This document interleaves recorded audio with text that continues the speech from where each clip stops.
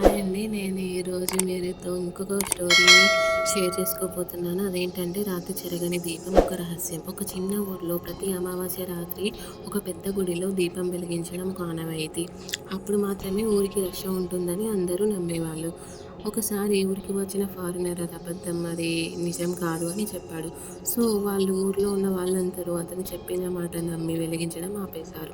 ఆ తర్వాత రోజు వాళ్ళకి ఒక కల వచ్చింది. దాంట్లో ఒక దేవత రూపంలో ఇలా చెప్తుంది, దీపం వెలిగించడం నాకు కాదు, మీకు రక్ష ఆపేస్తే మీకు రక్షకుడు ఎవరు అని అలా వచ్చింది.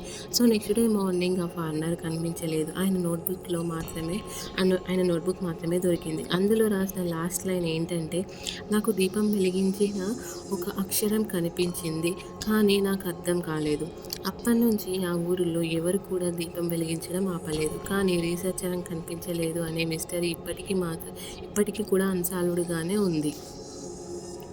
నేను మీకు హెల్తీ స్నాక్ ఎలా చేయాలో ఈ వీడియోలో చూపించాను. Tea with healthy snacks. So మీకు ఈ కథ నచ్చితే ప్లీజ్ లైక్, షేర్, సబ్స్క్రైబ్.